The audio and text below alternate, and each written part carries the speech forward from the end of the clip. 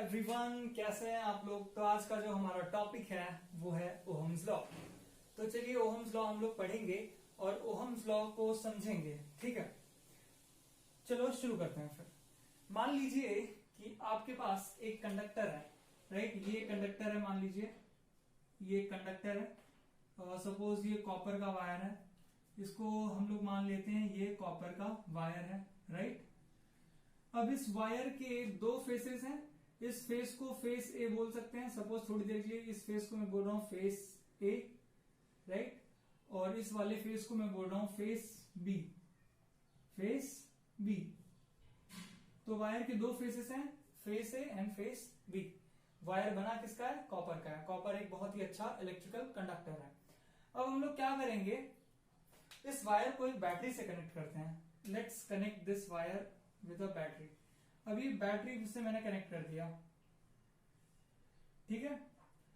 और जब मैंने इस वायर को बैटरी से कनेक्ट किया और स्विच ऑन किया तो आपको पता है यहां पे एक करंट आ जाएगा, right. Current I in the circuit will appear, है ना। आई करंट आ जाएगा और ये मान लो जो बैटरी का पोटेंशियल था वो V था। तो जब करंट आई आ गया इस सर्किट में, ठीक है। अब इस करंट के मैग्नीट्यूड को मेजर करने के लिए हम लोग एक डिवाइस यूज करते हैं। जिसको हम लोग बोलते हैं एमीटर, राइट। करंट की वैल्यू को मेजर करने के लिए हम लोग एक डिवाइस यूज कर लेंगे यहां पे सर्किट में, राइट। एमीटर। ये एमीटर क्या करेगा, ये एमीटर हमको करंट की वैल्यू बता देगा कि कितना करंट सर्किट में से फ्लो हो रहा है। अब यहां पे गौर करने वाली बात यह है कि जो फेस ए है, इस फेस को बैटरी का पॉजिटिव पोटेंशियल कनेक्टेड है। मतलब फेस ए जो है ये हायर पोटेंशियल पे है और फेस बी जो है वो लोअर पोटेंशियल पे, ठीक है। इलेक्ट्रिक करंट ऐसे जा रहा है और आपको पता है इसके अंदर के इलेक्ट्रॉन्स कैसे जा रहे होंगे। इलेक्ट्रॉन्स बिल्कुल इलेक्ट्रिक करंट के अपोजिट जा रहे होंगे, ऐसे, ठीक है। अब यहां पे हमें करना क्या है कि हमें पता था कि बैटरी का पोटेंशियल कितना है, राइट। और हमें यह भी पता है कि कितना करंट फ्लो हो रहा है, ठीक है। ये एमीटर की मदद से। ए क्या है, what is A is the ammeter. A क्या है, एमीटर है। एमीटर एक डिवाइस होता है जिससे इलेक्ट्रिक करंट का मैग्नीट्यूड पता किया जाता है, ठीक है। अब आपको, हाँ, और एक बात और कि एक आपका जो आइडियल एमीटर होता है, आइडियल एमीटर, ठीक है, जो आपका आइडियल एमीटर होता है उसका जो रेजिस्टेंस होता है वो 0 होना चाहिए। एक आइडियल एमीटर का रेजिस्टेंस 0 होता है। आइडियल एमीटर का रेजिस्टेंस कितना होना चाहिए? 0, ठीक है। अब आप करोगे क्या, जब आपको ऐसा दिया है तो आप क्या कर लीजिए, V मेजर करिए, कितना वोल्ट का बैटरी आपने कनेक्ट किया था, डिवाइडेड बाय कितना करंट फ्लो हो रहा है। V बाय I का आप रेशियो कैलकुलेट कीजिए, राइट। किसका कैलकुलेट करना है? Ratio of V by I। Ratio of V by I आप कैलकुलेट कीजिए। फिर आप एक काम कीजिए कि आप फिर से सेम कंडक्टर लेंगे हम लोग। We will take the same conductor. ये रहा कंडक्टर, इस तरह से। और चलो कनेक्ट कर देते हैं वायर से। और यहां पे आपका लगा देते हैं, वो एमीटर भी लगा देंगे। और इस बार थोड़ी बड़ी बैटरी लगाएंगे, ठीक है।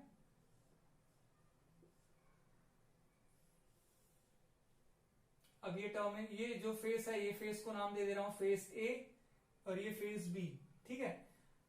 ये पॉजिटिव, ये नेगेटिव, और हमारा ये एमीटर हमेशा की तरह करंट को मेजर करने के लिए कि सर्किट में कितना करंट फ्लो हो रहा है। अब यहां पे आपको पता है कि ये बैटरी का जो पोटेंशियल है, चलो इसको मान लेते हैं कि ये बैटरी का पोटेंशियल है V डैश। बैटरी का पोटेंशियल कितना है? V डैश है। अब इसमें से जो करंट फ्लो होगा वो मान लीजिए I डैश है। करंट कितना फ्लो हो रहा है? I dash. करंट कितना फ्लो हो रहा है? I dash. बैटरी का पोटेंशियल कितना था? V dash. करंट कितना फ्लो हो रहा है? I dash. अगेन आप क्या कीजिए, रेशियो निकालिए। Again calculate the ratio of voltage applied.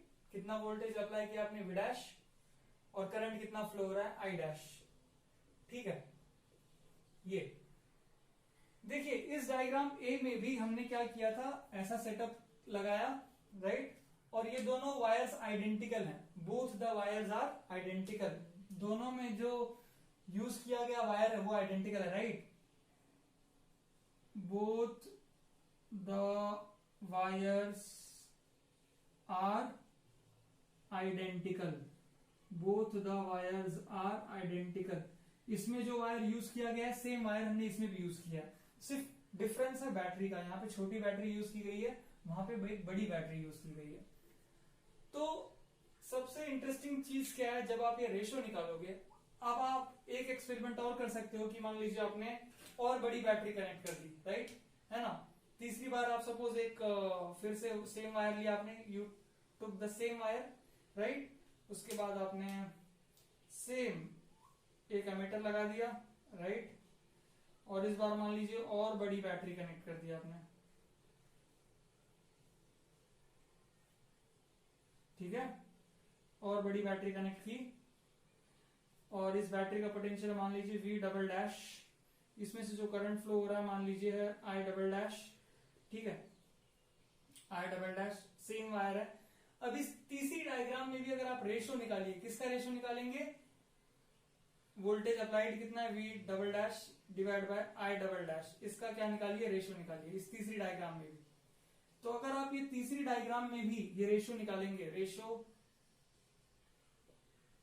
Of V double dash to the I double dash, तो ये तीनों केस में, case A, case B, case C, तीनों केसेस में ये जो रेशो आएगा वो क्या आएगा, सेम आएगा।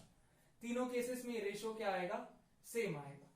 ठीक है, ये नोट डाउन करने वाली बात है कि तीनों केसेस में जब आप potential difference divided by current जो फ्लो हो रहा है वायर से, उसका अगर आप रेशियो निकालेंगे तो तीनों बार वो रेशियो क्या आता है, सेम आता है। इवन आप कोई भी बैटरी लगा दीजिए कितनी भी वोल्ट की, you will get the same ratio every time. Battery का पोटेंशियल डिवाइड बाय जो करंट फ्लो हो रहा है उसका जो रेशियो आएगा, हर बार आपको वो क्या मिलेगा, सेम मिलेगा। तो ओहम्स ने, जॉर्ज साइमन ओहम ने ये एक्सपेरिमेंट जब किया था, सो ही फाउंड दिस रेशियो, और ये रेशियो बार बार सेम आ रहा था। तो यहाँ पे एक इंटरेस्टिंग फीचर आ गया कि ये रेशियो सेम क्यों आ रहा है। इसका मतलब है कि जरूर कुछ ऐसा इस सेटअप में है जो इस सेटअप में भी है, इसलिए वैल्यू सेम आ रही है, राइट ना। जबकि आप बैटरी चेंज कर रहे हो, बैटरी चेंज कर रहे हो, उसके अलावा सब कुछ सेम है, बट ये रेशियो क्या आ रहा है, सेम आ रहा है।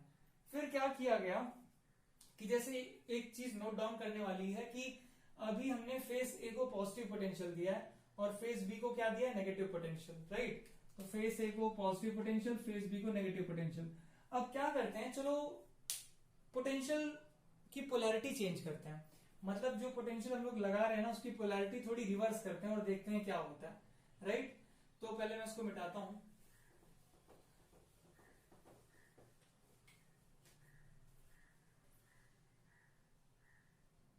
तो आप देख सकते हैं अभी मैं इसकी पोलैरिटी चेंज करूंगा। पोलैरिटी चेंज करूंगा मतलब क्या, चलो इस बैटरी को मैं उल्टा कनेक्ट कर देता हूं, ठीक है, उल्टा। तो इस बैटरी को मिटाता हूं मैं,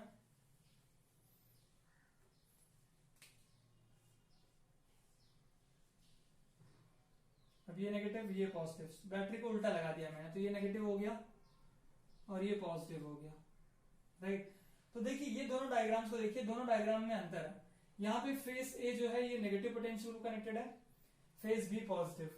यहाँ पे उल्टा है, फेस ए पॉजिटिव को कनेक्टेड है, फेस बी नेगेटिव को कनेक्टेड है, ठीक है। बट यहां भी if you calculate that ratio, right, ratio of V by I, if you calculate that ratio of V by I, right, ये जो रेशियो आएगा ये सेम आएगा, ये रेशियो फिर भी क्या आएगा, सेम आएगा। मतलब जरूर इस रेशियो में कोई कैरेक्टर छुपा हुआ है जो तीनों सर्किट्स में सेम था, राइट। तो ये जो रेशियो था, जैसे मैंने क्या क्या कैलकुलेट किया, V I by I calculate किया, उसके बाद V dash by I dash calculate किया, उसके बाद यहाँ पे जो तीसरी डायग्राम मैंने बनाई थी V double dash by I double dash मैंने कैलकुलेट किया, और वो तीनों केस में क्या आ रहा था, कांस्टेंट आ रहा था। तीनों केस में क्या आ रहा था, कांस्टेंट आ रहा था। आप ऐसे नंबर ऑफ केसेस ले सकते हैं कि आप वोल्टेज चेंज करिए तो करंट भी चेंज हो जाएगा, और इनका रेशो आप हर टाइम मेजर कीजिए, आपको हर बार ये जो रेशो मिलेगा ये सेम कांस्टेंट मिलता जाएगा। ठीक है, आप वोल्टेज की पोलैरिटी भी चेंज कर सकते हैं, जैसे यहाँ पे मैंने पोलैरिटी चेंज कर दिया, पोलैरिटी भी रिवर्स की है मैंने। ठीक है, पोलैरिटी मतलब साइन चेंज करना, पहले फेस ए पॉजिटिव पे था, बाद में मैंने नेगेटिव पे कर दिया बैटरी को उल्टा लगा के। तो चाहे आप कितनी भी बड़ी बैटरी लगाओ, कितना भी पोटेंशियल लगाओ, चाहे आप कैसा भी पोलैरिटी अप्लाई करो, ये जो रेशो है ये क्या आ रहा है, सेम आ रहा है।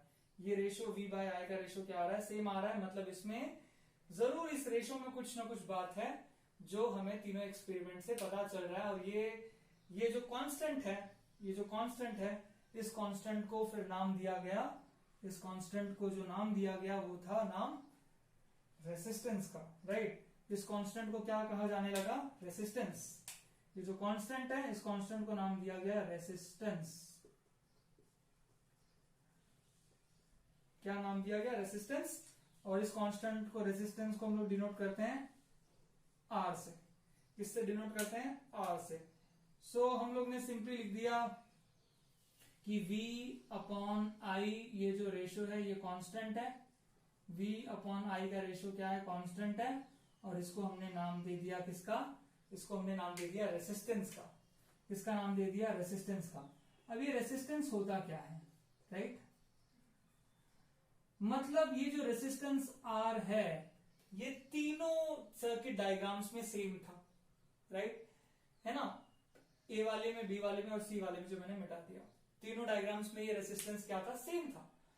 रेसिस्टेंस होता है उस मटेरियल का कैरेक्टर, उस ऑब्जेक्ट का कैरेक्टर, सॉरी ऑब्जेक्ट का कैरेक्टर होता है। देखो जब मैं वर्ड ऑब्जेक्ट यूज कर रहा हूं, ऑब्जेक्ट हम लोग किसे बोलते हैं, जैसे ये बॉटल, ये बॉटल एक ऑब्जेक्ट है, राइट, है ना। ये बॉटल ऑब्जेक्ट है, क्यों, क्योंकि इसका मुझे लेंथ पता है, इसका ये डायामीटर पता है, इसका विड्थ पता है, राइट, एवरीथिंग। मतलब मुझे इसके डायमेंशंस पता है। जब आपको किसी चीज के डायमेंशंस पता होते हैं तो आप उसको ऑब्जेक्ट कहते हो। जैसे ये बोर्ड एक ऑब्जेक्ट है, राइट, क्योंकि इसके डायमेंशंस LBH मुझे पता है। अगर मैं यहाँ पे पानी रख दूं तो पानी को आप ऑब्जेक्ट बोल सकते हो क्या, नहीं बोल सकते, क्योंकि उसका कोई डेफिनाइट डायमेंशन है ही नहीं। तो जिस चीज का कोई डेफिनाइट डायमेंशन होता है जिसे आप मेजर कर सको, उस चीज को आप ऑब्जेक्ट कहते हो। जैसे आपका पेन, आपका बुक, आपका बैग और एनीथिंग, राइट, जिसका डायमेंशन आप बता सकते हो। हाँ, पानी का डायमेंशन नहीं बता सकते तो पानी ऑब्जेक्ट नहीं है। हवा का डायमेंशन नहीं बता सकते, हवा भी ऑब्जेक्ट नहीं है। ओके, तो रेसिस्टेंस एक कैरेक्टर है, एक फीचर है ऑब्जेक्ट का, राइट। देखो ऑब्जेक्ट वर्ड यूज कर रहा हूं मैं। रेसिस्टेंस एक कैरेक्टर है, एक फीचर है किसी भी ऑब्जेक्ट का। अब वो ऑब्जेक्ट किसी भी मटेरियल से बना हुआ हो सकता है।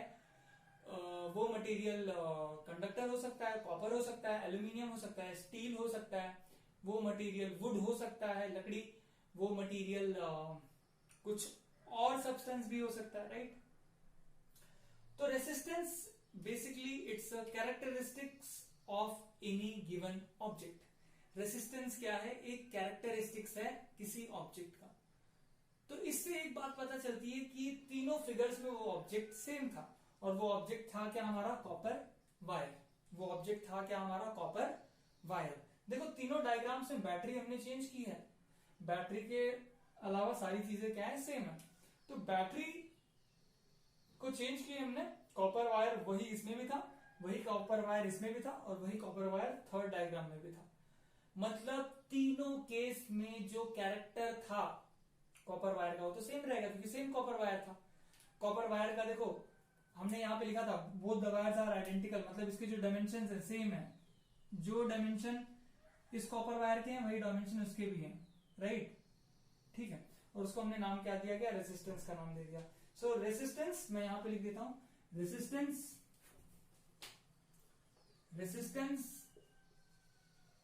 is the characteristics of a given object, right। और रेजिस्टेंस होना मतलब क्या, रेजिस्टेंस मतलब अपोजिशन। रेजिस्टेंस का मतलब क्या होता है, अपोजिशन। तो इलेक्ट्रिकल रेजिस्टेंस एक प्रॉपर्टी है जिससे ऑब्जेक्ट करंट के फ्लो को अपोज करता है, इलेक्ट्रॉन के फ्लो को रोकने की कोशिश करता है, राइट, अपोजिशन ऑफर करता है. So resistance is the characteristics of an given object by virtue of which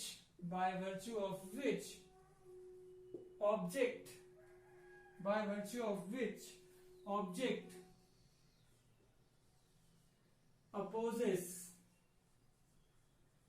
the flow of charges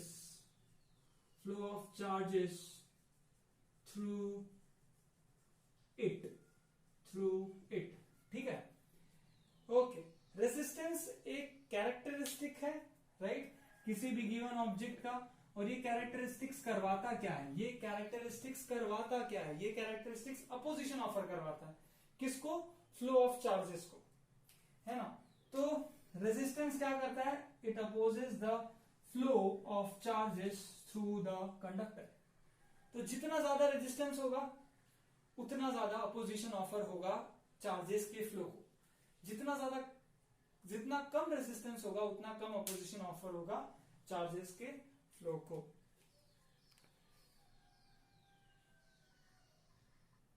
तो इसे लिख लीजिए. अब मैं ये मिटाता हूं, ठीक है, ये मैं मिटाता हूं.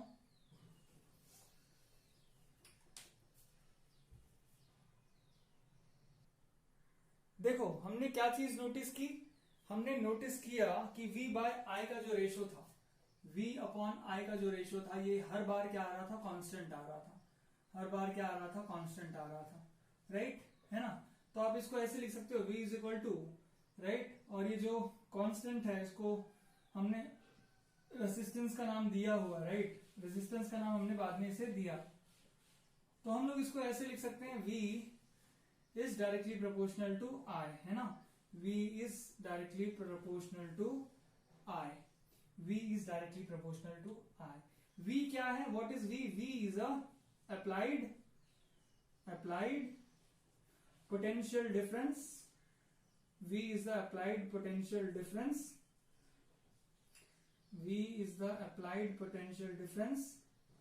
across the ends of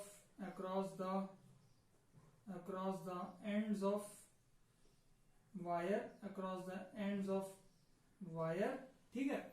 And I is the current flowing through the wire. I is the current flowing through the wire.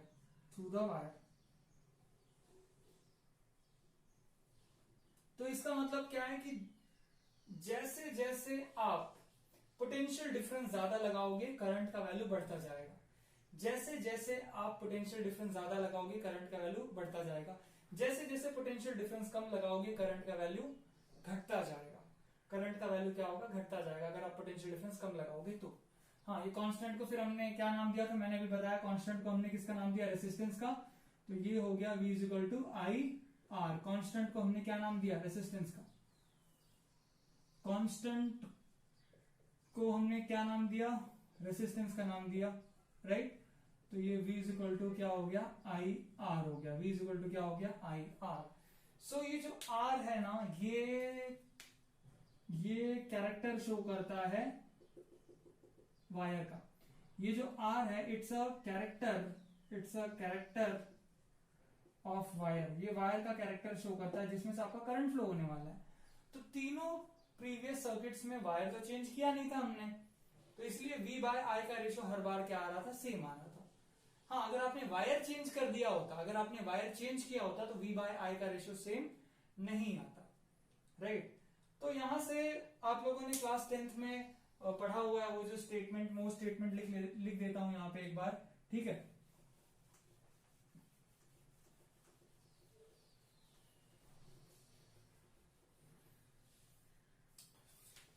Class 10th में आपने जो एनसीईआरटी में पढ़ा हुआ है, राइट, है ना, कि Ohm's law states that Ohm's law states that the applied potential difference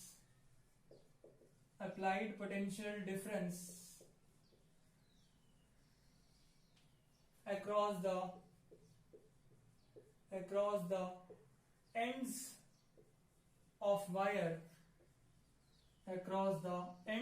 wire is directly proportional to the electric current flowing through the wire provided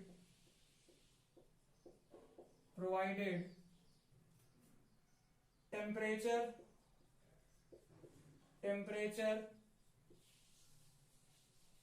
remain constant and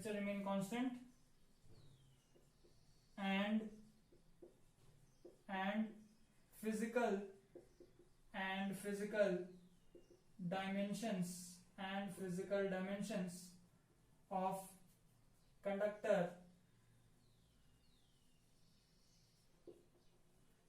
dimensions of conductor should also be constant.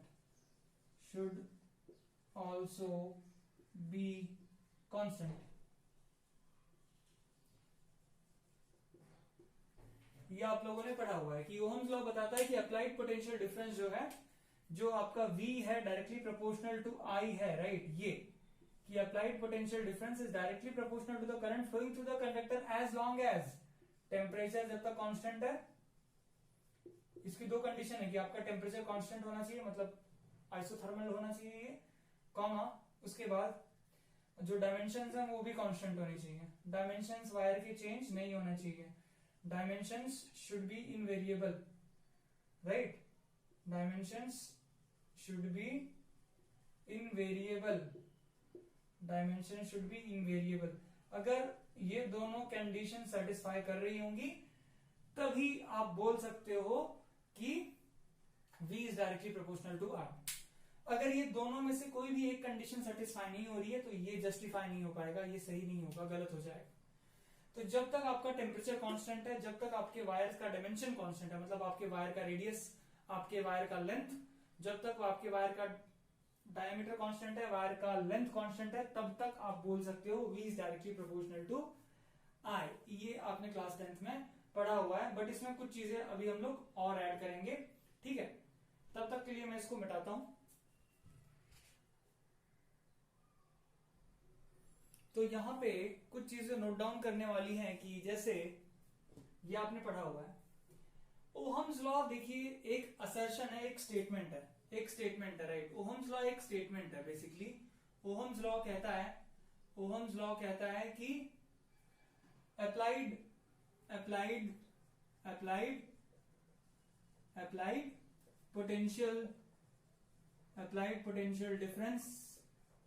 applied potential difference across the ends of wire is directly proportional to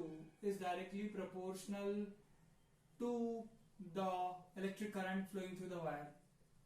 Electric current flowing through the wire. ये कोई law नहीं है basically. Ohm's law कोई law नहीं है, ये एक statement है सिंपल कि applied potential difference across the ends of wire is directly proportional to the electric current flowing through the wire. ये हमेशा जस्टिफाई नहीं होता, हमेशा ये करेक्ट नहीं होता। ये स्टेटमेंट बहुत केसेस में गलत साबित होता है। जो V is equal to I R है ना, ये सिर्फ कुछ मटेरियल्स तक वैलिड है। ये जो है ना कि V is directly proportional to I, ये हर मटेरियल के लिए वैलिड नहीं है। जैसे आप अगर इसको डायोड्स में, सेमीकंडक्टर्स में अगर आप इसे अप्लाई करोगे, राइट, डायोड्स में, तो वहां पे ये अप्लाई नहीं होता, फेल हो जाता है ये लॉ। तो ये अगर फेल हो रहा है तो ये लॉ कैसे, मतलब हम इसे बोल रहे हैं, ये बिल्कुल इसी तरह से लॉ बोल रहे हैं जैसे हम लोग आइडियल गैस इक्वेशन में PV is equal to nRT को लॉ बोलते थे, जबकि वो जो आइडियल गैस वाला लॉ है वो सिर्फ आइडियल गैसेस के लिए है। बट आइडियल गैस नाम की ऐसी कोई चीज एग्जिस्ट नहीं करती, ये मात्र एक कंपैरिजन है कि अगर प्रेशर बहुत कम है और टेम्परेचर बहुत ज्यादा है, then a real gas may behave like ideal gas, right. But exact ideal gas नाम की चीज तो कोई एग्जिस्ट करती नहीं। तो उसी तरह से ये भी जो ओहम्स लॉ है ये सिर्फ कुछ मटेरियल्स के लिए एप्लीकेबल है, right, it is applicable to a certain materials. बहुत सारे केसेस में ओहम्स लॉ फेल होता है, राइट। So V is directly proportional to I is applicable only to certain materials, only to a certain materials. It is not applicable to any material, right? It is not applicable to every material, ठीक है। ये applicable बहुत सारे materials में नहीं होता, for example diodes में, ठीक है, सेमीकंडक्टर डायोड्स में। तो फिर इसको लॉ कैसे कह सकते हैं, राइट, है ना। तो ये जो एक्चुअल स्टेटमेंट है वो देखिए क्या है कि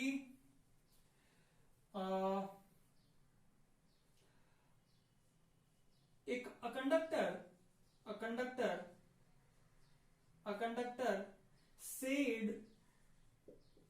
to be ohmic कंडक्टर, एक कंडक्टर को हम ओहमिक कंडक्टर कब बोलेंगे, a conductor is said to be ohmic conductor when its resistance is independent of the magnitude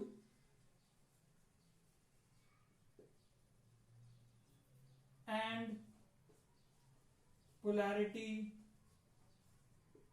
of applied potential difference।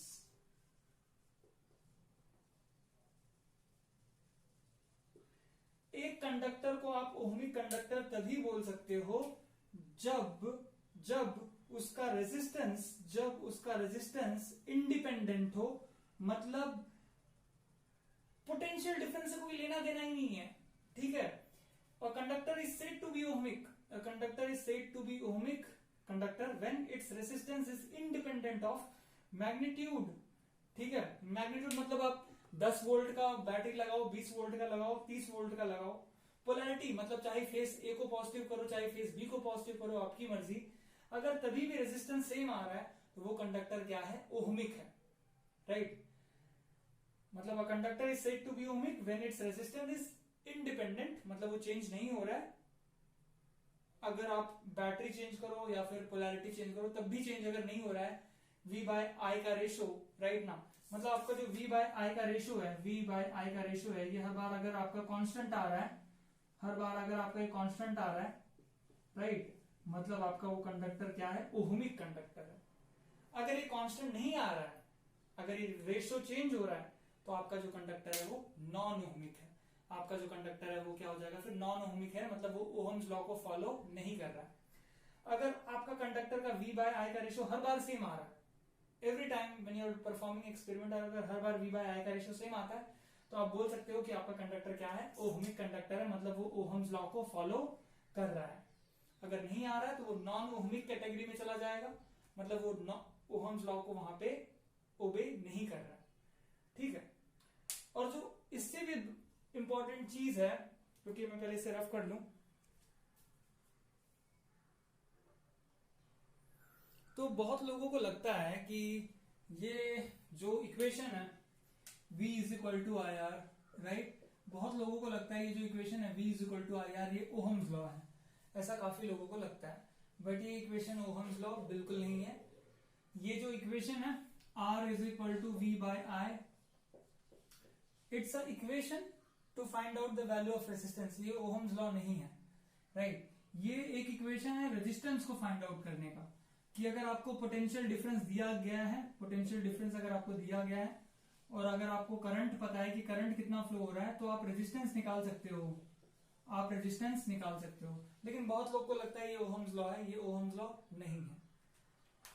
तो अगर आपको पोटेंशियल डिफरेंस पता है, करंट पता है, दोनों का रेशियो ले लो, रेजिस्टेंस मिल जाएगा।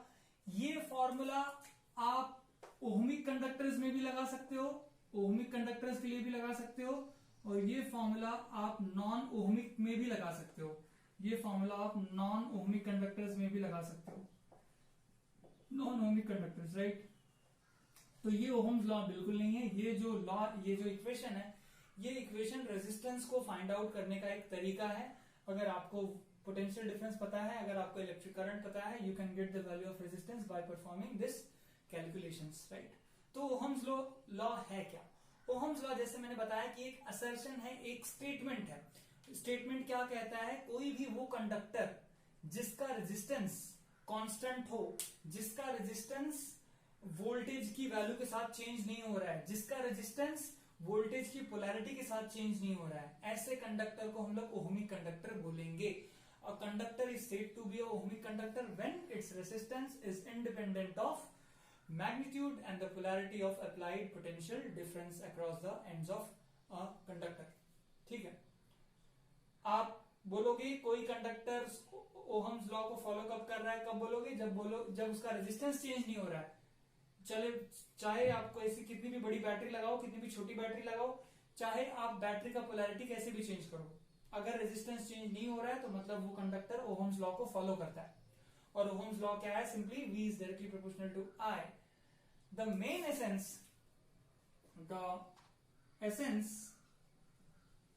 of Ohm's law, the essence of Ohm's law lies in the graph of V, मतलब potential difference versus current।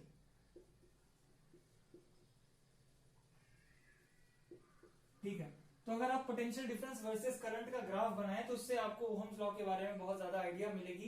ठीक है, और देखते हैं वो क्या है। पहले ग्राफ बना लेते हैं हम लोग। आपके सामने दो ग्राफ्स दिखाई दे रहे हैं। ठीक है, अब ये जो ग्राफ है, लेफ्ट साइड में जो ग्राफ बनाया गया है ये ओहमिक कंडक्टर के लिए ग्राफ है, और राइट साइड में जो ग्राफ है वो नॉन ओहमिक कंडक्टर के लिए ग्राफ है। ठीक है, ये नॉन ओहमिक कंडक्टर के लिए, ये ओहमिक कंडक्टर के लिए। आप देख सकते हो कि ओहमिक कंडक्टर के लिए जो ग्राफ बना है एक स्ट्रेट लाइन है जो कि बिल्कुल ओरिजिन से पास हो रही है। मतलब ये जो लाइन है इसका अगर आप स्लोप निकालेंगे, इस लाइन का स्लोप है ना, स्लोप अगर आप निकालेंगे इस लाइन का स्लोप आप लोग को पता है क्या होता है? y2 minus y1 divide by x2 minus x1, slope का फॉर्मूला। तो y2 माइनस y1 मतलब y एक्सिस पे कौन सी क्वांटिटी है? I, है ना, और x एक्सिस पे कौन सी क्वांटिटी है? वोल्टेज। तो जो स्लोप है, स्लोप क्या है? Is equal to I by V है। स्लोप क्या है? I by V। और ये स्लोप क्या है? कांस्टेंट है। ये स्लोप क्या है? देखो स्लोप, ये स्ट्रेट लाइन है ना, और याद रखो स्ट्रेट लाइन पे आने वाले हर पॉइंट का स्लोप क्या होता है? कांस्टेंट होता है, सेम होता है ना। स्ट्रेट लाइन पे आने वाले हर पॉइंट का स्लोप क्या होता है? सेम या फिर कांस्टेंट। तो हर जगह ये I बाई V क्या है? कांस्टेंट है। हर जगह ये I बाई V क्या है? कांस्टेंट है। ठीक है, राइट। चाहे आप +1 वोल्ट लगाओ, चाहे आप -1 वोल्ट लगाओ, अगर आप देखो जब आपका वोल्टेज पोटेंशियल डिफरेंस पॉजिटिव है तभी भी ये स्ट्रेट लाइन है। जब आप पोलैरिटी रिवर्स करते हो, मतलब जब आप ए को पहले पॉजिटिव लगा रहे थे, अब ए को नेगेटिव लगाओ, राइट, फेस ए को नेगेटिव लगाओ, तब आपका नेगेटिव में आ जाएगा ये, राइट, तभी भी ये स्ट्रेट लाइन ही है। ऐसे जो भी कंडक्टर का ग्राफ ऐसा बनेगा, V बाय I का ग्राफ ऐसे स्ट्रेट लाइन बनेगा, जिस भी कंडक्टर का, वो कंडक्टर श्योरली ओहमिक कंडक्टर होगा। मतलब यहां पे I बाई V का ratio is constant no matter you take whatever value of potential difference, no matter you take whatever polarity, either plus or minus. जो रेशियो है आई by we का वो क्या आ रहा है, कांस्टेंट आ रहा है, और इसी आई बाई वी को हम लोग क्या बोलते हैं, 1/r बोलते हैं, रेसिस्टेंस 1/r, राइट। यहां पे देखिए, यहां पे जो है, यहां पे देखिए जब करंट, जब आपका वोल्टेज जीरो है तो करंट भी जीरो है। देखो एक्स एक्सिस पे वोल्टेज और वाई एक्सिस पे करंट है मिली एम्पियर में। जब आपने वोल्टेज बढ़ाया तो करंट भी बढ़ गया, वोल्टेज आप बढ़ाओगे करंट बढ़ रहा है, बढ़ रहा है, वोल्टेज बढ़ाओगे करंट भी बढ़ रहा है, ठीक है, लीनियरली बढ़ रहा है, राइट, लीनियर, इसलिए उसको लीनियर कंडक्टर भी बोलते हैं।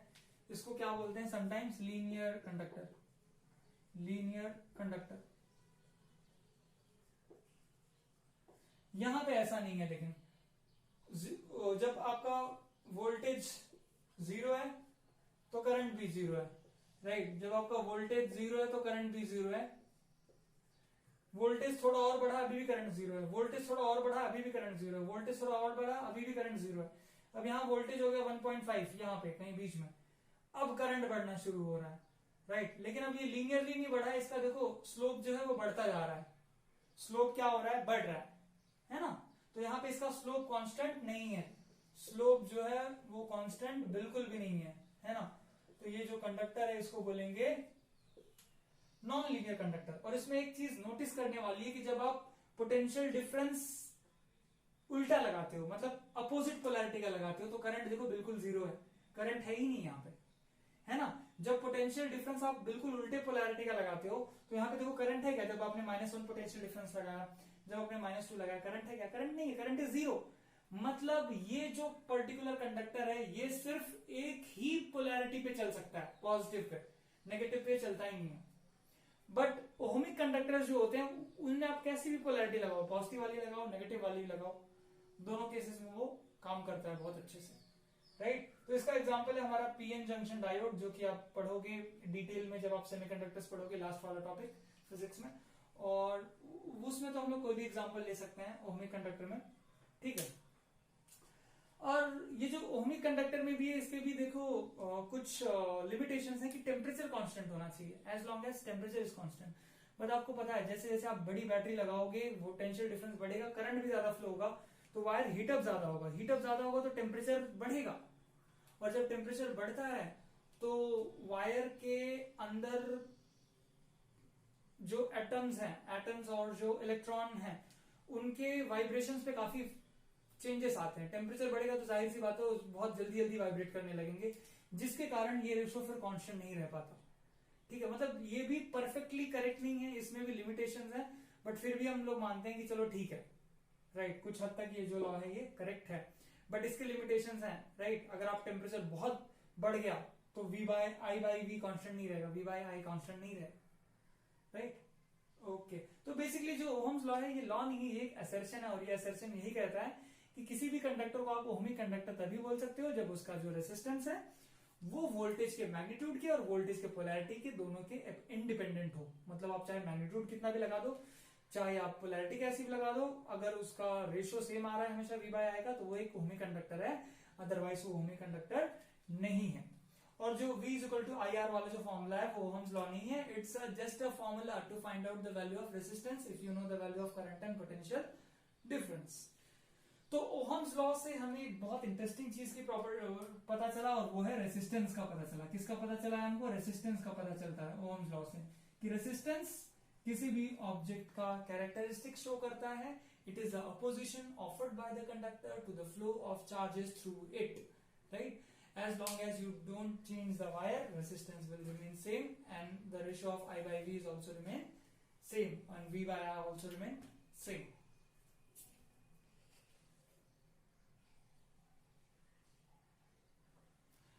अगले कुछ क्लासेस में हम लोग ओहम्स लॉ को मॉलिक्यूलर लेवल पे पढ़ेंगे, राइट, है ना। जैसे यहां पे हमने क्या पढ़ा, V is directly proportional to I, right.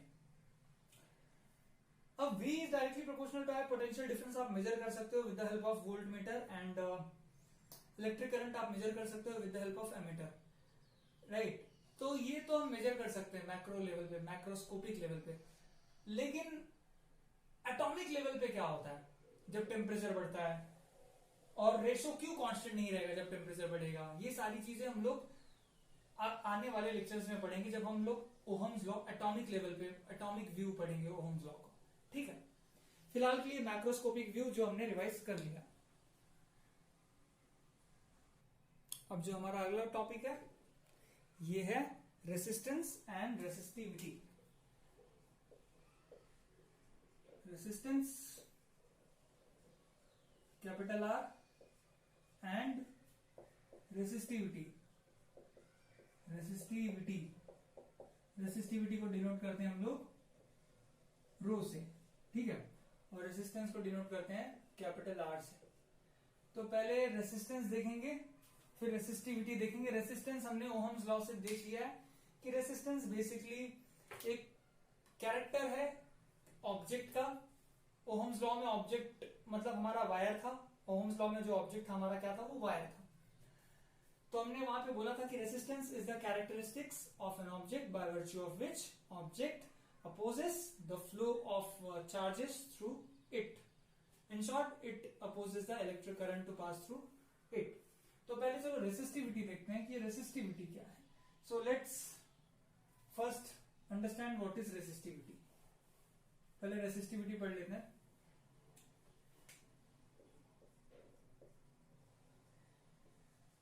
मान लीजिए आपके पास एक कंडक्टर है, ये रहा आपका सिलिंड्रिकल कंडक्टर। सपोज एक सिलिंड्रिकल कंडक्टर, एक वायर है ये कुछ इस तरह से। ठीक है, और वायर को आपने लगा दिया है, इस सिलिंड्रिकल कंडक्टर को आपने लगा दिया है यहाँ पे बैटरी कुछ। ठीक है, ऐसे प्लस माइनस यहां से जाएगा ऐसे करंट। अब ये जो फेस है वायर का, this is cylindrical wire, this is cylindrical conductor है, कोई वायर है। वायर का ये जो फेस है, राइट, ये जो फेस है वायर का, ये पॉजिटिव पोटेंशियल पे है, और वायर का ये जो फेस है, ये फेस नेगेटिव पोटेंशियल पे है। तो इस वायर के अंदर जो इलेक्ट्रिक फील्ड बनेगी, इलेक्ट्रिक फील्ड कहां से कहां जाती है, पॉजिटिव से नेगेटिव की तरफ जाती है। तो इलेक्ट्रिक फील्ड बिल्कुल इस वायर की कैसे होगी, इस डायरेक्शन में होगी, राइट, है ना। और आपको पता है जिस डायरेक्शन में इलेक्ट्रिक फील्ड होगा उसी डायरेक्शन में पॉजिटिव चार्ज भी मूव करता है। तो अगर वायर के अंदर पॉजिटिव चार्ज होता अगर, तो वो ऐसे मूव करता, क्योंकि पॉजिटिव चार्जेस इलेक्ट्रिक फील्ड के डायरेक्शन में मूव करते हैं। हाँ, वो अलग बात है कि है कि नहीं हमको नहीं पता। अगर कॉपर का कंडक्टर लोगे तो उसमें जाहिर से बात है नहीं होगा, है ना। उसमें होगा कौन, इलेक्ट्रॉन होगा। और इलेक्ट्रॉन कैसे मूव करता है, इलेक्ट्रॉन मूव करता इलेक्ट्रिक फील्ड के अपोजिट डायरेक्शन में, ऐसे, राइट, है ना। तो इलेक्ट्रिक फील्ड जिस डायरेक्शन में होता है उसी डायरेक्शन में पॉजिटिव चार्ज मूव करता है, और जिस डायरेक्शन में पॉजिटिव चार्ज मूव करता है वही हमारा डायरेक्शन होता है किसका, इलेक्ट्रिक करंट का। तो इलेक्ट्रिक करंट भी इसी डायरेक्शन में, राइट ना, और उसी डायरेक्शन में होगा हमारा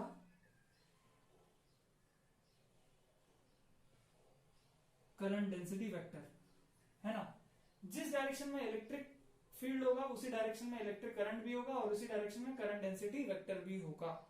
ठीक है, तो अगर हम लोग इलेक्ट्रिक फील्ड और करंट डेंसिटी वेक्टर में रिलेशन ढूंढने की कोशिश करें कि जो ये हमारा ई बार है, ई बार, राइट, इट्स इलेक्ट्रिक फील्ड है ना, electric field in the wire, electric field in the wire. और ये जो हमारा यहाँ पे जे बार है, ये क्या है, करंट डेंसिटी वेक्टर है। जे बार हमारा क्या है, करंट डेंसिटी वेक्टर है, राइट। अगर ये दोनों में हम लोग रिलेशन ढूंढने की कोशिश करें तो ये पता चला है कि जो करंट डेंसिटी है ना, करंट डेंसिटी जो है वो इलेक्ट्रिक फील्ड को डायरेक्टली प्रोपोर्शनल होता है। करंट डेंसिटी जो है वो इलेक्ट्रिक फील्ड को क्या होता है, डायरेक्टली प्रोपोर्शनल होता है। ये प्रोपोर्शनैलिटी एक्चुअली बहुत कॉम्प्लेक्स है, राइट, ये प्रोपोर्शनैलिटी बहुत कॉम्प्लेक्स है। सिर्फ कुछ मटेरियल्स में ये E is directly proportional to J होता है, कुछ मटेरियल्स में, हर मटेरियल में ऐसा नहीं होता। सो ये सिंपल मैंने for the sake of simplicity मैंने लिख दिया है, is directly proportional to J for most of metallic conductor, for most of metallic conductor. बहुत सारे मेटालिक कंडक्टर्स के लिए आप ऐसा लिख सकते हैं, इज डायरेक्टली प्रोपोर्शनल टू जे। अगर मैग्नीट्यूड वाइज लिखें तो ये तो वेक्टर फॉर्म में हो गया। अगर आप इस प्रोपोर्शनैलिटी को बाद में हटाएंगे तो यहाँ पे आप एक क्या डालेंगे, कांस्टेंट डालेंगे, right. You will put a constant over here, है ना। और जो कांस्टेंट है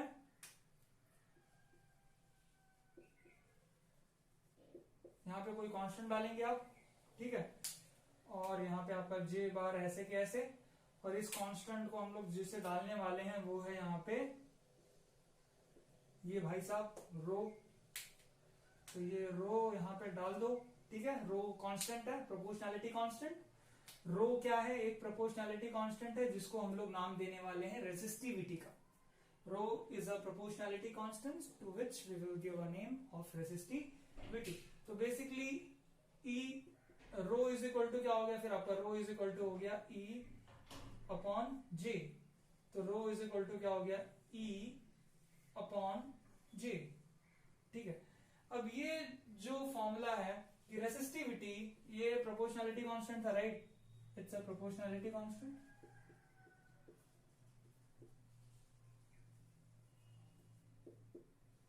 जिसको हमने नाम दिया गया है रेसिस्टिविटी का, हमने नाम दिया है, ओके। देखो जिस मटेरियल की रेसिस्टिविटी कांस्टेंट होगी, ध्यान से सुनना, जिस मटेरियल की रेसिस्टिविटी कांस्टेंट होगी irrespective of the value of applied electric field, वो मटेरियल ओहमिक कंडक्टर होगा, राइट। इसके पहले जब ओहम्स लॉ मैंने पढ़ाया था तो उसमें मैंने बोला था कि जिस मटेरियल का रेसिस्टेंस कांस्टेंट होगा irrespective of applied value of potential difference and the polarity of potential difference. यहां पे देखो मैं क्या बोल रहा हूं कि जिस मटेरियल की रेसिस्टिविटी कांस्टेंट होगी, रेसिस्टिविटी कांस्टेंट होगी irrespective of the value of applied electric field and irrespective of the direction of applied electric field, वो मटेरियल एक ओहमिक कंडक्टर होगा। और जिसमें ये फॉलो नहीं हो रहा है वो मटेरियल नॉन ओहमिक कंडक्टर की कैटेगरी में आ जाएगा। तो बेसिकली ये जो है ये भी ये ओहम्स लॉ आप इसको भी बोल सकते हो। ये जो ये है ना, ये दिस स्टेटमेंट, ये ओहम्स लॉ का दूसरा फॉर्म है, राइट। ओहम्स लॉ को आप ऐसे भी लिख सकते हो कि E is directly proportional to J। जैसे आप लिखते थे ना, आप ऐसे भी लिखते थे ना V is directly proportional to I, उसी तरह आप लिख सकते हो E is directly proportional to J। तो ये दोनों ओहम्स लॉ के ही फॉर्म्स हैं, राइट। इनमें कोई अंतर ज्यादा नहीं है। सिर्फ यहाँ पे हम लोग माइक्रोस्कोपिक प्रॉपर्टीज की बात कर रहे हैं और यहाँ पे हम लोग ने बात की थी मैक्रोस्कोपिक प्रॉपर्टीज की, राइट। क्योंकि E और J को डिवाइसेस से मेजर करना बहुत डिफिकल्ट है, लेकिन V और I को एमीटर और वोल्ट मीटर से मेजर करना काफी आसान है। सो जिस मटेरियल की रेजिस्टिविटी ज्यादा होगी, जिस मटेरियल की रेजिस्टिविटी ज्यादा होगी उस मटेरियल में इलेक्ट्रिक फील्ड का वैल्यू ज्यादा लगेगा in order to produce a given current density, है ना। In order to produce a given current density, जिस मटेरियल का रेसिस्टिविटी ज्यादा होगा उस मटेरियल में आपको करंट डेंसिटी प्रोड्यूस करने के लिए ज्यादा इलेक्ट्रिक फील्ड अप्लाई करना पड़ेगा, राइट। जिस मटेरियल का रेसिस्टिविटी कम होगा उस मटेरियल में कम इलेक्ट्रिक फील्ड से ही आप वो करंट डेंसिटी प्रोड्यूस कर सकते हो। इन ऑर्डर टू प्रोड्यूस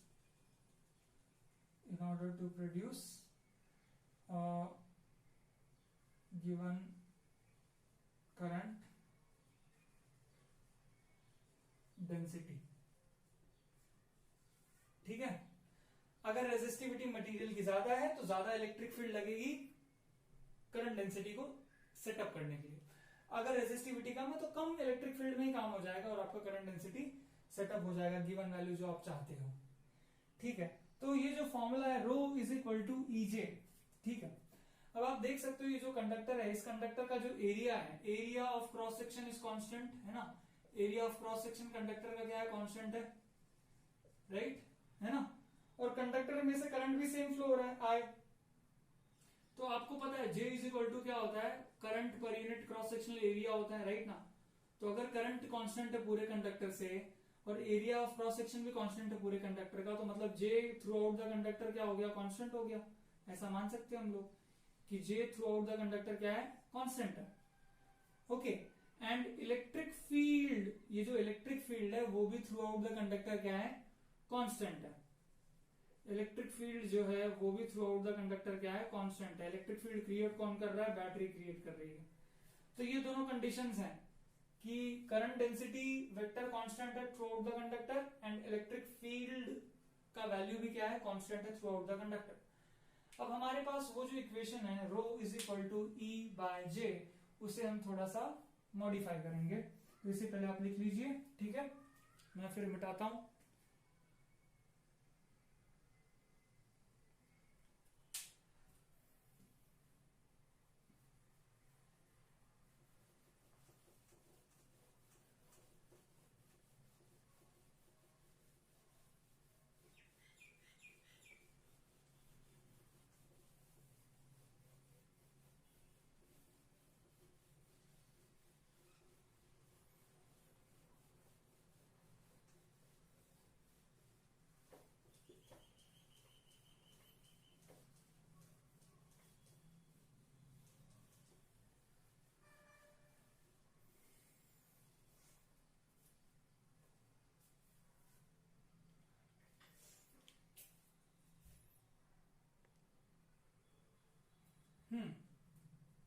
तो हमने लिखा था E is equal to rho J, right, है ना, या फिर rho is equal to E by J लिखा था, राइट। ओके, नॉर्मल हम लोग स्केलर फॉर्म में लिखते हैं।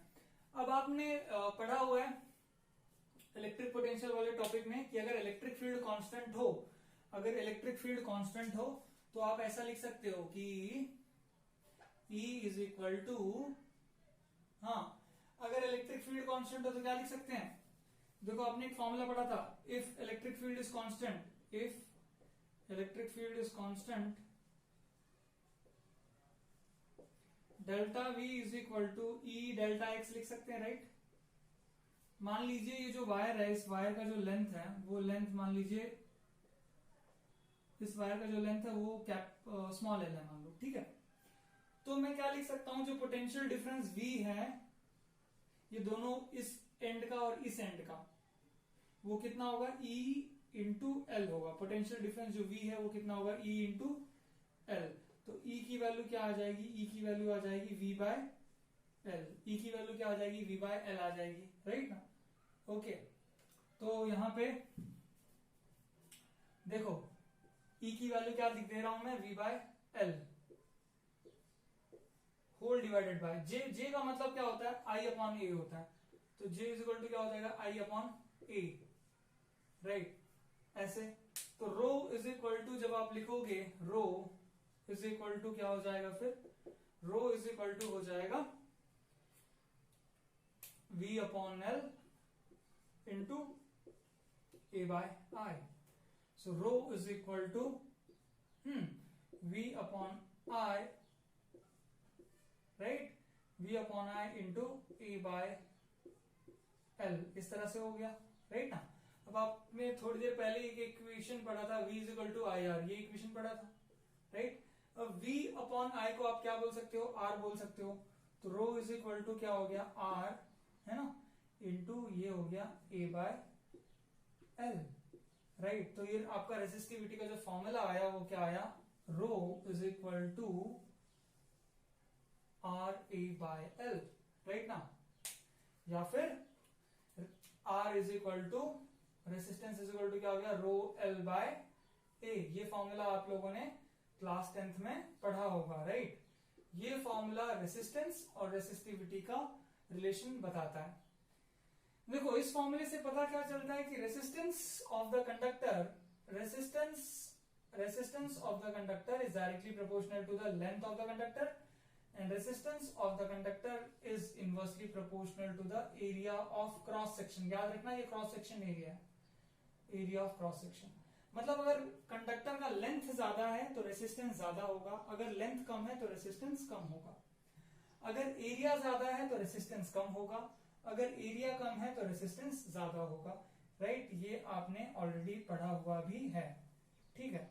बट ये जो क्वांटिटी है ना रो, ये जो क्वांटिटी है इसका डायमेंशन से कोई लेना देना नहीं होता, इस प्रॉपर्टी का डायमेंशन से कोई लेना देना नहीं होता। तो चलिए एक काम करते हैं, हम लोग एक टेबल बना लेते हैं और इस टेबल में रो को और रेसिस्टेंस को डिफरेंशिएट कर लेते हैं, उनके बीच के जो डिफरेंसेस है उनको नोट डाउन कर लेते हैं।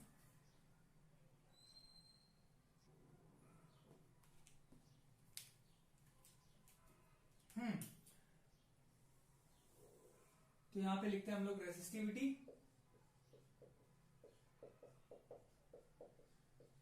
रेसिस्टिविटी रो, ठीक है, और यहां पे रेसिस्टेंस आर।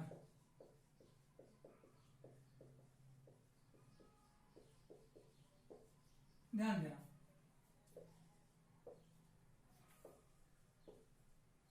यहां पे हमारा पहला पॉइंट है resistivity, resistivity is the characteristics of material। Resistivity material का कैरेक्टरिस्टिक्स है, और यहां पे resistance, resistance is the characteristics of a given object। जो रेसिस्टेंस है वो ऑब्जेक्ट का कैरेक्टरिस्टिक्स है। अब ये दोनों वर्ड्स में बहुत अंतर है, ये जो मटेरियल है यहाँ पे और यहाँ पे ऑब्जेक्ट। जब ये ऑब्जेक्ट वर्ड आप यूज करते हो इसका मतलब है you are concern about dimensions, वहां पे आपको उस चीज के डायमेंशंस पता हैं जब आप उसको ऑब्जेक्ट कह रहे हो। तो यहां पे जब आप मटेरियल कह सकते हो तो मटेरियल पानी हो सकता है, मटेरियल हवा हो सकता है, मटेरियल कोई और चीज हो सकती है, बट वहां पे you are not interested in the dimensions.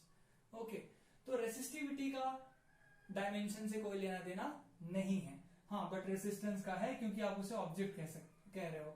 जैसे मैं यहाँ पे आपको बता दूं कि मान लीजिए ये आप बोलो कि रेसिस्टिविटी, जैसे एग्जांपल के तौर पे मैं बताऊं कि resistivity of copper suppose, right ना। तो चाहे आप एक कॉपर का रॉड ले लो, चाहे आप कॉपर का एक बॉल ले लो, चाहे आप कॉपर का कोई भी रैंडम शेप ले लो, कॉपर का अगर ये भी कॉपर से बना है, ये भी कॉपर से बना है, ये भी कॉपर से बना है, तो इन तीनों चीजों का रेसिस्टिविटी सेम होगा क्योंकि तीनों का मटेरियल सेम है, तीनों सेम मटेरियल से बने हैं, है ना। इसका भी वही रेसिस्टिविटी होगा, इसका भी वही रेसिस्टिविटी होगा, इसका भी वही रेसिस्टिव होगा क्योंकि तीनों सेम मटेरियल के बने, कॉपर से बने हैं। बट अगर हम वहां पे चलें, यहां पे कि ये रहा आपका कॉपर, ये रहा आपका कॉपर बॉल और ये रहा आपका कुछ रैंडम शेप का वो जो मैंने वहां बनाया, तो यहां तीनों केस में रेसिस्टेंस सेम नहीं होगा क्योंकि ये तीनों सेम ऑब्जेक्ट्स नहीं है। भले मटेरियल सेम है बट ऑब्जेक्ट सेम है क्या? नहीं, इसका डायमेंशन कुछ अलग है, इसका डायमेंशन कुछ अलग है, तो ये सेम ऑब्जेक्ट नहीं है, इसलिए इन तीनों का रेसिस्टेंस क्या होगा? अलग अलग होगा। हाँ, बट यहाँ पे ये तीनों चीजें सेम मटेरियल से बनी थी इसलिए इन तीनों चीजों का सेम रेसिस्टिविटी होगा। तो ये बात आई होप क्लियर हो गई होगी। सेकेंड पॉइंट लिखते हैं,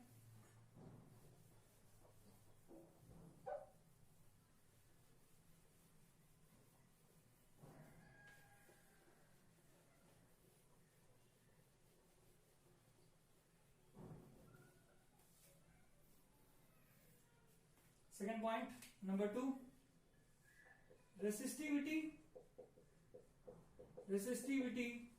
is independent of dimensions। Resistivity को डायमेंशन से कोई लेना देना नहीं है, उसको सिर्फ मटेरियल से लेना देना है। And resistance is dependent on dimensions, right. Resistance वो डायमेंशन पर डिपेंड करता है। तीसरा पॉइंट अगर लिखें तो resistivity depends on temperature. Resistivity temperature पे डिपेंड करती है, यस। अगर आप टेम्परेचर चेंज करो तो रेसिस्टिविटी बदल जाएगी, चेंज हो जाएगी। और आपको पता है रेसिस्टेंस का जो फॉर्मूला है आर इसका फॉर्मूला क्या है, R is equal to rho L by A है। तो अगर रेसिस्टिविटी बदल जाएगी तो रेसिस्टेंस भी बदल जाएगा। तो यहां पे मैं लिख दूंगा कि resistance is also dependent on the temperature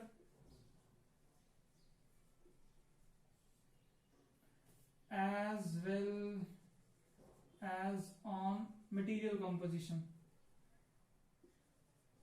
मतलब किस मटेरियल से बना है ना। अगर आप मटेरियल चेंज करोगे, उसका कॉम्पोजिशन चेंज करोगे, मतलब उसका chemical composition, resistivity depends on temperature as well as on the chemical composition.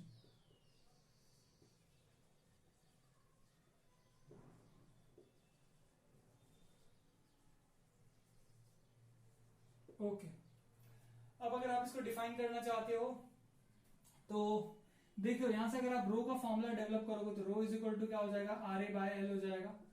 Row is equal to क्या होगा, आर ए बाय एल। तो अगर ये फॉर्मूला मैं यहां लिखूं कि रो इज इक्वल टू क्या होगा, आर ए बाय एल। अगर इस फॉर्मूला में मैं ए की वैल्यू 1 मीटर स्क्वायर कंसिडर करूं और लेंथ अगर मैं 1 मीटर कंसिडर करूं तो रो इज इक्वल टू क्या होता है, रो बिकम्स आर, है ना। So resistivity is equal to resistance, right? Resistivity of the conductor is equal to resistance of a conductor whose length is 1 meter and area is 1 meter square, है ना। So resistivity is defined as resistance of a conductor whose cross sectional area is unity and length is also unity, है ना। यहां पे लिख देता हूं कि resistivity is defined as resistance of conductor. Resistivity is defined as resistance of conductor whose cross sectional area as well as length is unity. मतलब उसका एरिया भी 1 है और लेंथ का वैल्यू भी कितना है, 1 मीटर है। तो उस कंडक्टर का रेसिस्टिविटी रेजिस्टेंस के बराबर हो जाएगा। और यहां पे आप इसको डिफाइन कर सकते हो कि रेसिस्टेंस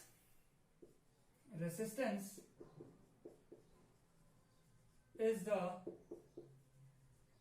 इफेक्टिव opposition.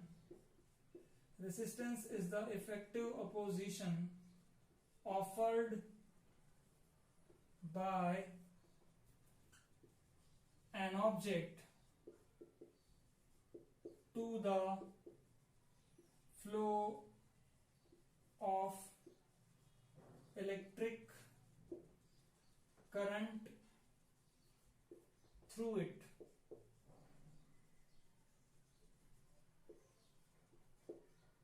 ठीक है, तो ये हो गया आपका रेसिस्टेंस और वो हो गया आपकी रेसिस्टिविटी।